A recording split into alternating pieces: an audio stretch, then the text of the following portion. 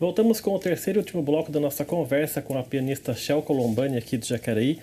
Bom, Shel, para abrir esse último bloco, nessas todas que você está falando do piano, né, do ensinamento do piano, a pessoa nasce com dom, isso é uma vocação, qualquer um pode aprender piano a hora que quiser. Como é que funciona na sua... Algumas pessoas não vão gostar do que eu vou dizer, tá?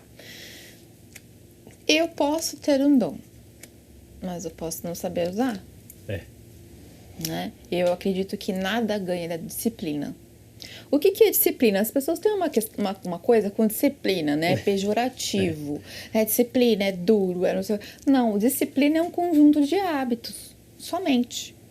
Então, o nosso cérebro ele se acostuma com o hábito durante 21 dias, isso se torna, se você fizer todos os dias a mesma coisa, vai se tornar um hábito, vai se tornar uma disciplina. Você é uma pessoa disciplinada, não porque você é duro, porque você é severo, porque você é sisudo, mas porque você tem a disciplina. Então, eu posso ter o dom? Posso, mas a pessoa disciplinada, ela pode ganhar de mim. Porque eu, por ter o dom, eu vou simplesmente achar que porque eu tenho o dom, é uma questão muito mística, sabe? Eu tenho o dom, então eu não preciso estudar. Eu me basto. E não é verdade. Aí a pessoa peca, né? Pela falta. E a pessoa que tem disciplina, ela não pode, assim, não ter tanta facilidade, mas ela ensina o próprio cérebro a aprender, que isso é uma coisa muito importante. A forma com que você aprende, ela é muito importante. Então, eu sempre falo aos meus alunos, você tem que ensinar o seu cérebro a aprender. Você tem um ser humaninho lá dentro que você precisa fazer com que ele aprenda. A forma com que você estuda faz mais diferença do quanto você estuda.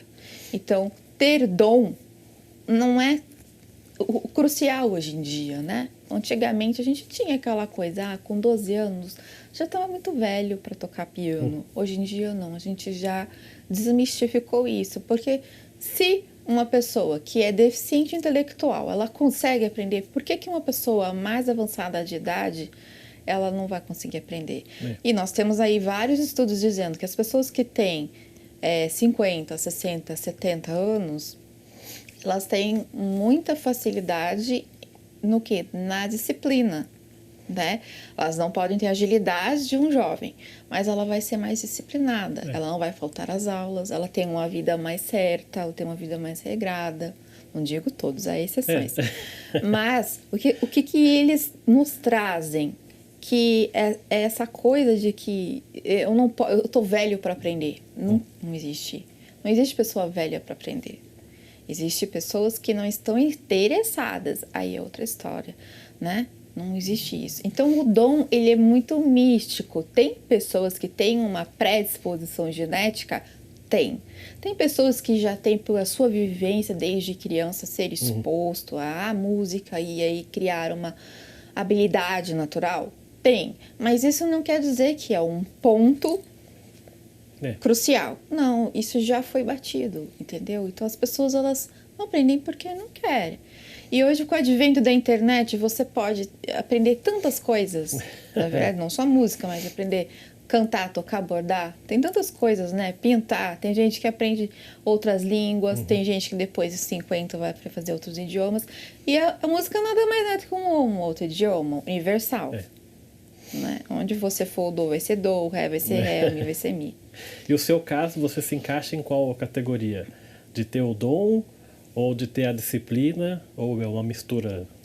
Olha, eu acredito que no meu caso foi um pouco dos dois, mas eu acho que foi mais disciplina mesmo, porque você tem o dom, né? Mas aí você bate ali naquele ponto que eu disse a você. A música vai dizer pra você que você não é tão esperto quanto você pensa. Aí, o que vai acontecer? Você só vai conseguir pelos dois caminhos, pela disciplina e pela resiliência. Só. Se você for por não tem uma terceira via. A música, ela é assim, ela ensina você a cair e levantar, a cair e não ficar no chão. Né? Então, eu acredito que os alunos que vão aprender cantar ou tocar qualquer instrumento que seja, eles não vão levar aquilo ali, eles não vão sair dali sendo concertistas, mas eles vão sair dali levando algo muito maior para a vida, que é tipo da própria música, sabe? Que leva a resiliência, a questão de não desistir, né? A benevolência na questão do coral, da vez pro outro passar no trânsito, por exemplo, né? Então a gente traz a música como realmente um transformador. Agora você me disse, você teve dom ou você teve os dois? Eu tive os dois. Eu tive uma mãe que me incentivou muito desde pequena, né? Me colocava para escutar Guerra Peixe. Qual criança com 4 anos dorme escutando Guerra Peixe? E que muitas das vezes nem os próprios brasileiros gostam desse tipo de música do Guerra Peixe, né? Então, Vila Lobos, esses outros assim, eu gostava demais quando era criança. Então, o ouvido também é uma coisa que é muito importante. Escutar músicas de qualidade desde criança, né? Hoje nós temos aí um estudo dizendo que a quantidade de acordes ou de harmônicos numa música secular, uma música contemporânea, ela é muito menor do que uma anterior, né? Nos séculos passados. E o brasileiro hoje tem... Se você fala em música erudita, né? Um brasileiro, ele vai logo falar, não, é música... De velho. De velho, música de elite, né? Música de... Sei lá, é caríssimo para assistir. E de vez em quando tem Jacareí várias vezes de graça. E a pessoa não sabe. E isso, na sua opinião, é o quê? É um certo preconceito? O que significa isso? O ser humano, ele é fruto do meio que ele vive, correto? Então, se eu tenho uma comunidade em que ela não é exposta, né, a diversos tipos de cultura, é óbvio que tudo que vier de fora vai me causar incômodo. Vai me causar um certo, né, uma ojeriza, que é só rico, que é só branco, né? Não, isso é uma coisa muito, muito básica. Nós temos lá no coro jovem de Jacareí, nós temos um exemplo de uma pessoa preta, né, da comunidade LGBTQIA+, e ele começou, assim, a cantar muito timidamente, e hoje ele ama bossa nova. Entendeu? Então, assim, não adianta você não expor.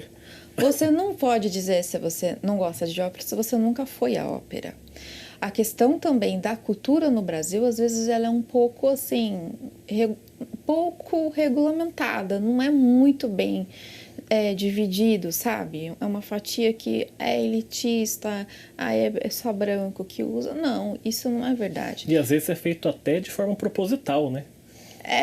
E o que é mais maldoso, né? Muito maldoso, porque nós temos, a maioria do coro é pessoas pretas.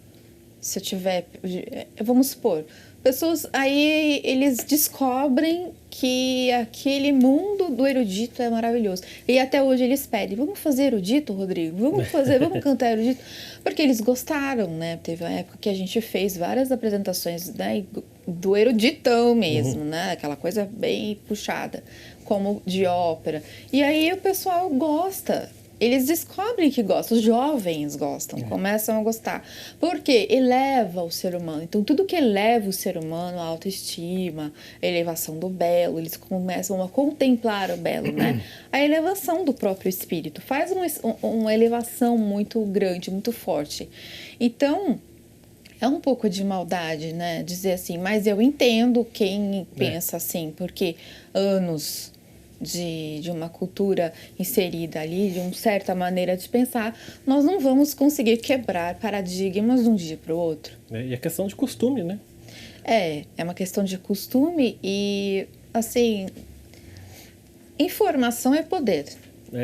Se eu der informação para você, você vai ter poder. Se eu contar para você algo como eu estou contando aqui para você, você vai poder falar de mim. Com uma certa propriedade, porque nós já conversamos. Então, se eu der informação para os jovens, ou para os mais velhos, ou para as crianças, sobre música, a música de qualidade, que não são 4 acordes, um vai e volta, né? Ou aquela música bem característica, assim, bem pobre, que a gente chama pobre musicalmente, né? As pessoas, elas têm essa questão, tal gênero é música, tal gênero não é, mas isso é uma coisa cultural, né? Às vezes é expressão cultural, às vezes que se mescla ali dentro da música. Então é uma... A forma de ver, assim, o erudito como coisa de velho, o erudito é chato, coral, coisa de igreja, né? A gente já pensa assim. Então, é, assim, um estereótipo, assim como, né, todos os estereótipos que nós estamos tentando quebrar ao longo desses anos, não é verdade? E nas suas preferências de gostos musicais, quais são os seus compositores favoritos? E óperas também? Bom, minha ópera favorita é a Traviata. Mas é porque eu tenho, assim, uma lembrança, né, muito importante dela, que foi a primeira vez que eu vi o Rodrigo cantar no público. Aí eu, né, me apaixonei pela ópera no sentido enquanto música, porque até então eu não tinha trabalhado como correpetição para outro cantor, né? Porque é muito diferente você ser pianista clássico e ser correpetidor para uma outra pessoa. Você tem que estar atento ao que ele está cantando, então tem toda uma mudança, tem toda uma sinergia que tem que ocorrer ali, né? Agora, o meu favorito mesmo, as pessoas até falam bastante, eu sou um pouco dramática às vezes, né? Acho que toda artista, mas é Chopin. Chopin. Assim, quando eu tô as pessoas falam assim, né? Vou estar naquela bad, você vai com aquela música bem sal deprê, eu vou pro Chopin, porque ele tem essa pegada, assim, nos menores, uns tons menores, que traz você mais para dentro, faz você ter um pouquinho mais de pensamento, pensar um pouquinho mais.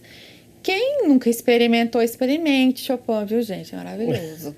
Chopin tem aquela coisa de dizer assim para você, vamos pensar um pouquinho, vamos acalmar um pouquinho, vamos colocar a casa em ordem, mas não fazendo barulho como Mozart ou Beethoven, que também tem suas peças bem diferentes, mas eu me identifico muito com o Chopin. E quando você fala, por exemplo, que gosta de Chopin nas músicas, você também é interessado na biografia do compositor? Eu me interesso por toda a biografia, mas assim, o Chopin, ele... É como se você estivesse se olhando no espelho, sabe? A biografia dele, a forma com que ele escreveu, né?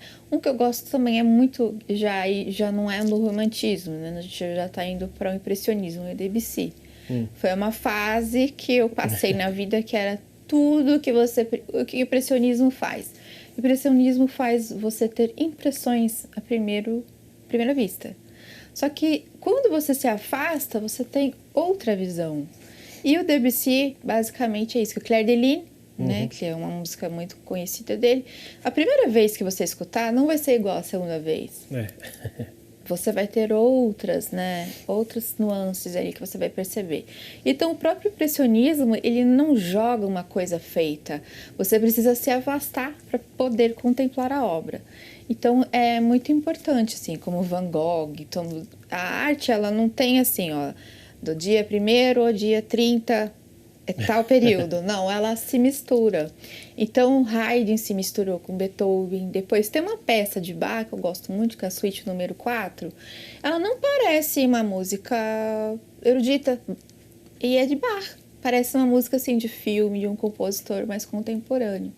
Então, sabe, é tão interessante, e eu gosto muito dos improváveis, das peças improváveis, das menos conhecidas. E você escuta música assim, quando você está em casa, sem fazer nada, você põe o fone e fica escutando? Eu sempre ponho o fone. Eu sempre ponho o fone. Eu gosto muito de ouvir coisas improváveis, peças desconhecidas, né? Compositores brasileiros que muitas das vezes as pessoas não conhecem, né? Eu vou falar de novo do Guerra Peixe, mas eu sou muito fã de uma suíte que ele fez para criança. Eu acho interessantíssima a forma com que ele escreveu. Edmundo Villani-Cortes, que é um compositor muito interessantíssimo, sabe? Ele ainda é vivo e as pessoas não conhecem. Ele é professor de faculdade, professor maravilhoso de harmonia. Não tive a honra de ter aula com ele, mas tem pessoas próximas a mim que tiveram. E eu acabei fazendo assim com miniaturas do Edmundo Villani-Cortes com piano e flauta. Então, ali eu comecei a perceber que a música brasileira, assim como o Vila Lobos, né? Ela tem uma miscelânea, assim, de nuances, de cores. É um colorido muito lindo, é uma coisa muito bonita. Tem um pouco do folclore, né? Chiquinha Gonzaga, você pegar ali. O Gaúcho Corta-Jaca, que eu adoro, né? Adoro. Chiquinha Gonzaga, pra mim, assim... A minha peça favorita dela é Gaúcho Corta-Jaca. Tem outras também, mas essa é que mais me faz brilhar, digamos assim. Tá certo, quero agradecer muito a sua presença aqui no nosso programa. Rodrigo. Obrigado por ter vindo aqui participar. Eu que agradeço, muito obrigada. O programa Agente em Destaque fica por aqui. A gente volta numa próxima oportunidade e até lá.